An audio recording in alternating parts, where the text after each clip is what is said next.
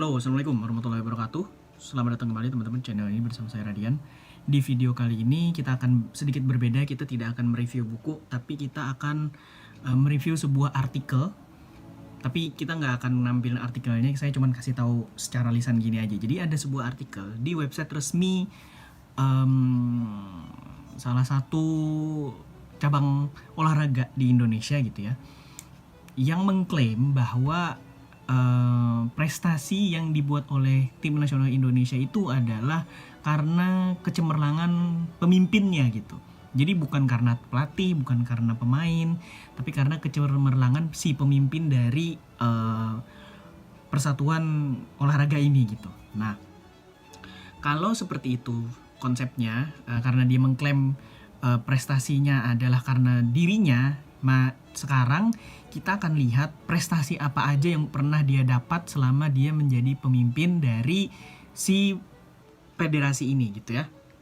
Ini saya udah siapkan beberapa artikel, kita langsung masuk ke artikelnya aja. Nggak beberapa sih, satu doang tapi udah mencakup semuanya gitu ya. Nah, ini adalah artikelnya. Federasi ini sudah berulang tahun di 19 April yang lalu. Udah berulang tahun ke 92 gitu ya. Udah lama banget, udah tua banget gitu ya. Oke. Nah, prestasi Indonesia yang pertama adalah lolos Olimpiade Melbourne. Itu tahun 1956, itu jadul banget ya. FYI dulu, kalau misalnya pemimpin ini memulai periode kepemimpinannya itu di tahun 2019. Jadi udah sekitar berapa tahun tuh? 3 atau 4 tahunan lah ya. Oke, lanjut. Yang pertama adalah lolos Olimpiade 1956 di Melbourne, oke? Itu pun hasilnya adalah imbang 0-0 dan kalah di leg kedua 0-4. Disingkirkan si timnas Uni Soviet waktu itu. Oke, lanjut. Yang kedua adalah lolos Piala Asia. Ini keren banget ya. Udah 4 kali lolos timnas ini.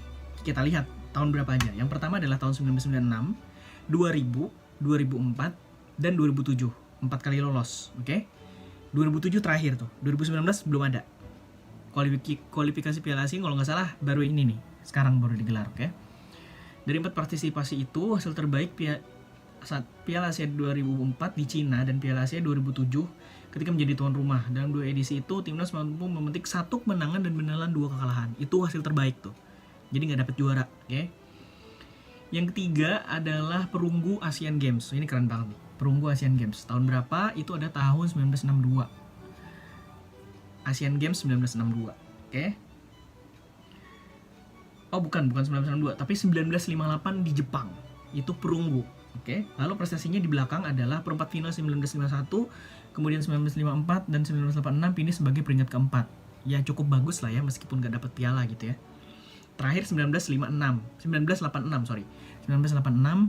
jadi peringkat keempat di Asian Games gitu ya. Terus yang keempat adalah medali emas SEA Games. Wow, ini keren banget nih, medali emas SEA Games. Medali emas SEA Games ini 2 medali emas berhasil disabet timnas Indonesia di SEA Games pada 1987 dan 1991. Jadi 2 edisi SEA Games itu kita dapet medali emas.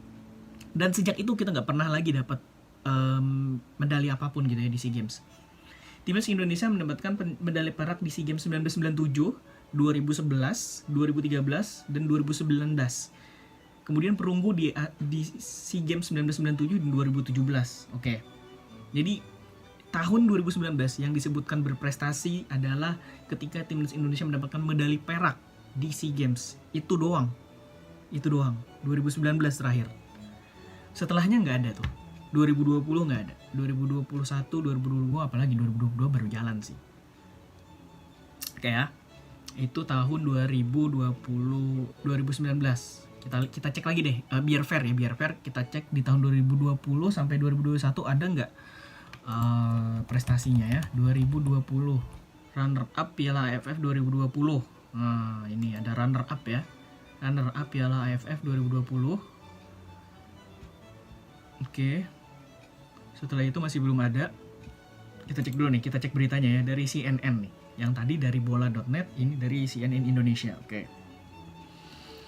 Timnas Indonesia akan tampil di Piala AFF 2022 nanti di Kamboja Februari. Ini udah lama sih beritanya ya. Ini ini 2022 juga, 21 Januari. Oke. Kita lihat. Kita mau cari prestasi Indonesia di tahun 2000, Timnas Indonesia sepak bola 2020, tahun 2020. Oh, ini ada data lengkap prestasi Timnas Indonesia di SEA Games. Kita lihat apakah ada sepak bola ya. Kita fokusnya di sepak bola dulu. Bukan yang lain. Hasil terbaik. Mana yang lama? Piala Dunia nih, penampilan 1 kali. Piala Asia AFC, penampilan 4 kali. Hasil terbaik adalah babak grup seperti yang kita sudah infokan tadi. Kejuaraan AFF 13 kali. Hasil terbaik juara kedua pada tahun 2000, 2002, 2004, 2010, 2016, dan 2020. 2020 ada tuh. Hasil terbaiknya adalah juara 2 Piala AFF. Oke. Ada rekam medali nih. Rekam medali kejuaraan Timur Jauh di Manila ada perak 1934, perunggu 1958, emas 2 kali di SEA Games nih kayaknya ya, Manila sama Jakarta. Terus perak 9779, perunggu Bandar Sri Begawan, Kuala Lumpur, Manila. Oke.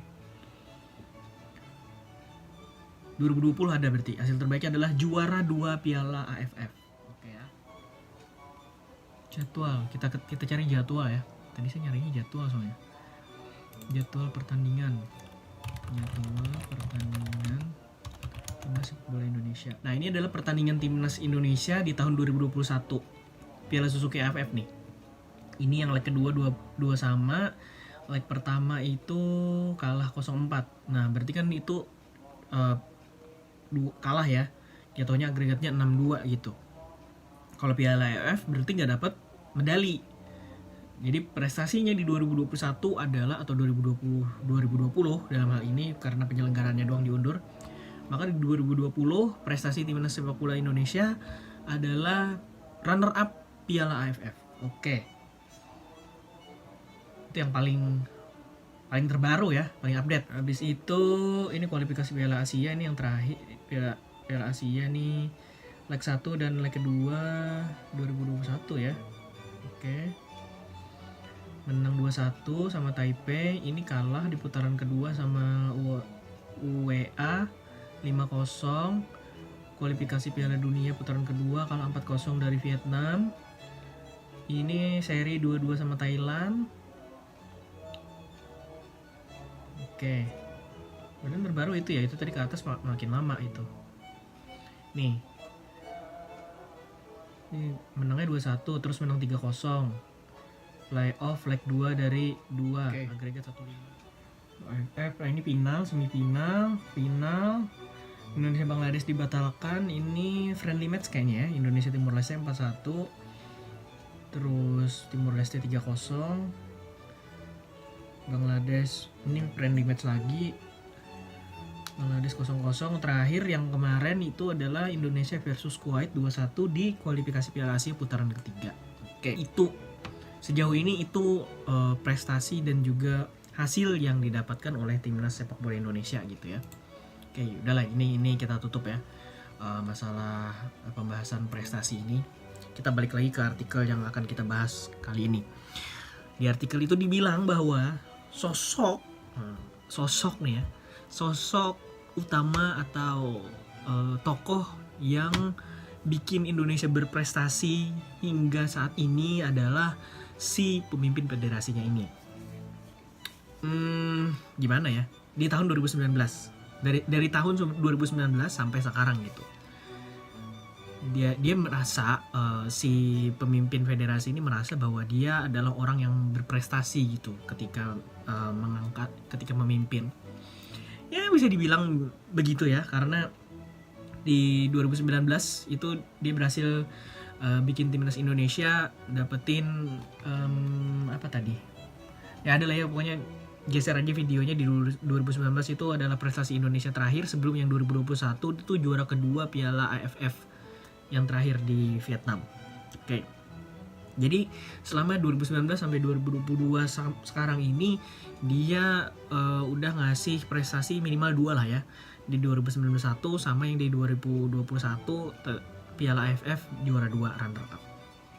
Ya kalau menurut saya sih gimana ya? Ya, saya penikmat bola dan juga timnas Indonesia khususnya gitu. Dan saya kalau liganya saya kurang ngikutin, tapi kalau timnas saya berusaha untuk selalu ngikutin gitu, karena saya suka ngelihatnya gitu. Saya suka perkembangannya. Kalau saya kurang ngikutin liga sepak bola Indonesia ya. Saya ngikutinnya timnas kalau misalnya sepak bola Indonesia itu saya ngikutinnya timnas, bukan liga. Ya, kalau dipikir-pikir apakah itu merupakan sebuah prestasi dengan 2 pencapaian plus 1 kemenangan terakhir bersama Kuwait versus Kuwait maksudnya. Ya kalau misalnya dianggap kemenangan atas Kuwait itu adalah prestasi, ya bisa jadi sih, karena seperti yang kita tahu kan timnas Indonesia tuh nggak pernah menang sama Kuwait tuh sejak 42 tahun yang lalu gitu. Baru sekarang bisa menang gitu ya. Mungkin ya berkaca dari pemimpin-pemimpin sebelumnya, kalau misalnya timnas Indonesia menang hari ini bersama Kuwait dengan pucuk pimpinan yang berbeda, saya rasa sih sama, pasti akan mengklaim juga bahwa ini adalah prestasi dia gitu. Gak salah juga sih, karena memang ya waktu timnas berada di bawah pimpinannya dia bisa gitu. Tapi ya gimana ya, kalau saya sih ngacak dulu deh gitu ya, dilihat dulu gitu, ini tuh menangnya apa gitu. Kalau cuma menang untuk pecahin rekor, tidak bisa menang doang, kita terlalu euforia kayaknya. Ya gak sih? Kita udah gak menang 42 tahun terus menang. Terus apa gitu? Dampaknya apa? Apakah kita dapat duit? Apakah kita dapat medali gitu? Medali untuk Indonesia karena menang sama Kuwait gitu, setelah 42 tahun kalah. Aduh gimana ya, bingung juga nih. Pokoknya intinya, kenapa harus diklaim sebagai prestasi elu gitu? Kenapa ini bukan dianggap sebagai kerja sama tim gitu? Kenapa nggak dianggap sebagai usaha bersama gitu? Kenapa harus elu doang yang nongol, nama elu doang gitu ya? Bingung juga gitu. Kita nih sebagai orang biasa gitu ya, yang melihat prestasi timnas gitu ya, ngerasa lu nggak punya prestasi apa-apa men, serius dah. Trofi aja nggak bawa gitu, cuman menang doang, ngaku menang, terus apa gitu, menang atas ini, udah prestasi lu cuman itu gitu, nggak ada trofinya men. Kalau lu bisa bawa trofi, ya boleh lah lu akuin gitu. Toh kita juga bangga gitu ya, nama Indonesia juga berkibar di mana-mana gitu. Ya udahlah, lu bebas lah kalau lu mau ngakuin itu sebagai kesuksesan lu tok, ya udah bebas gitu. Tapi ini gak ada trofinya gitu. Dari 2019 sampai 2022 sekarang gak ada trofinya men. Gak ada. Cuman yang dibanggain tuh menang atas ini, menang atas itu. Udah itu doang. Why? Kenapa lu bisa bilang itu sukses men? Sementara penikmat bola kayak gua tuh pengennya Indonesia dapet juara gitu, dapet trofi. Bukan cuman menang atas ini, menang atas itu doang. No. Basi men, basi. Percuma menang atas ini, menang atas itu, tapi ujung-ujungnya kita gak bisa juara. Mending gak usah. Atau minimal deh, gak usah juara dulu, lolos Piala Asia aja tahun ini. Boleh dah lu klaim tuh. Bodo amat lah kita ya. Masalah nanti juara apa enggaknya di Piala Asia bodo amat. Yang penting lolos dulu aja. Ini masih kualifikasi men. Masih jauh. Pertandingan masih ada beberapa. Kenapa lu klaim sendiri? Itu yang gue pertanyakan gitu. Atau mungkin juga yang lain mempertanyakan hal yang sama gitu. Di Twitter udah banyak loh. Di Twitter udah banyak banget yang ngerosting gitu ya artikel ini gitu. Kenapa harus diklaim sekarang? Kenapa ntar aja? Kenapa nggak nunggu timnasnya berproses dulu, masuk ke Piala Asianya dulu gitu? Ya kalau misalnya sudah masuk, lu boleh dah sebebas lu kali ya untuk ngeklaim ini adalah kesuksesan lu, keberhasilan lu. Ya kita mah ya tahu sendiri lah netizen kayak gimana gitu ya. Ya pasti ujung-ujungnya ngebully juga. Tapi ya sekarang tuh terlalu dini gitu kalau mau mengklaim itu kesuksesan lu sendiri. Intinya sebagai penikmat sepak bola, khususnya timnas sepak bola Indonesia gitu ya, gue berharap sih bisa yang pertama lolos kualifikasi Piala Asia dulu gitu ya. Kalau misalnya lolos, alhamdulillah. Kalau misalnya enggak, yang salah pelatih ya. Masa sih salah pelatih? Yang milih pelatih siapa? Gak paham nih. Ini konsep yang aneh menurut gue. Ketika timnasnya kalah atau ketika timnasnya tidak berprestasi, yang dievaluasi cuma pelatih. Kenapa bukan yang di dalamnya? Why? Apakah sudah merasa bagus? Apakah sudah merasa berprestasi? Apakah sudah merasa memiliki kualitas yang bagus gitu dalam memilih pelatih? Sebagus itukah kompetensi kalian gitu untuk memilih seorang pelatih? Coba, ini mungkin bisa jadi bahan introspeksi juga ya. Gak usah buat timnas ya, gak usah buat federasinya juga, buat kita pribadi nih dalam menjalani kehidupan sehari-hari. Ketika kita gagal gitu ya, yang disalahin tuh apa sih? Diri kita kah yang ketika melakukan hal itu dan gagal, atau justru keadaannya yang kita salahin gitu? Kayaknya nih gue gagal karena dia begini-begini nih, atau kayaknya gue gagal kayak karena usaha gue kurang gitu. Ada nggak lu berpikir begitu gitu? Nah, ketika timnasnya gagal, kenapa yang dievaluasi pelatih? Dan ketika timnasnya menang, kenapa yang diklaim itu adalah kemenangan punya elu, kesuksesan elu sendiri? Coba, gimana nih kira-kira para netizen yang budiman sekalian? Coba deh, ini kita renungan sama-sama aja gitu ya.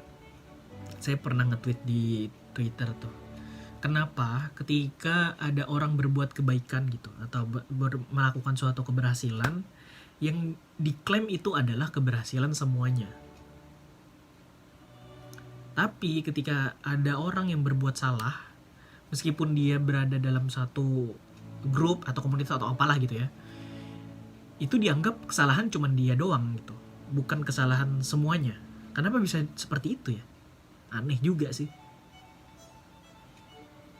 Dalam konteks timnas sepak bola, yaitu tadi, kalau misalnya timnasnya kalah, yang dievaluasi pelatihnya. Kalau timnasnya menang, yang ngaku keberhasilan adalah udahlah, sampai di sini dulu video ngoceh kita hari ini. Kalau misalnya gak ada manfaatnya nggak apa-apa juga, ini cuman sekedar cranky aja gitu ya. Kenapa sih artikelnya harus begitu gitu? Saya ini sebagai blogger, sebagai penulis juga gitu ya, bingung lihat artikel di website resmi seperti itu gitu. Wow, ngeri sekali ya. Sungguh penggiringan opini yang sangat bagus. Semoga nanti kedepannya penulisnya dan juga admin, editor, apalah itu namanya, yang bikin artikel di website itu bisa lebih bagus lagi gitu, lebih berkualitas gitu. Sampai ketemu di video berikutnya. Assalamualaikum warahmatullahi wabarakatuh.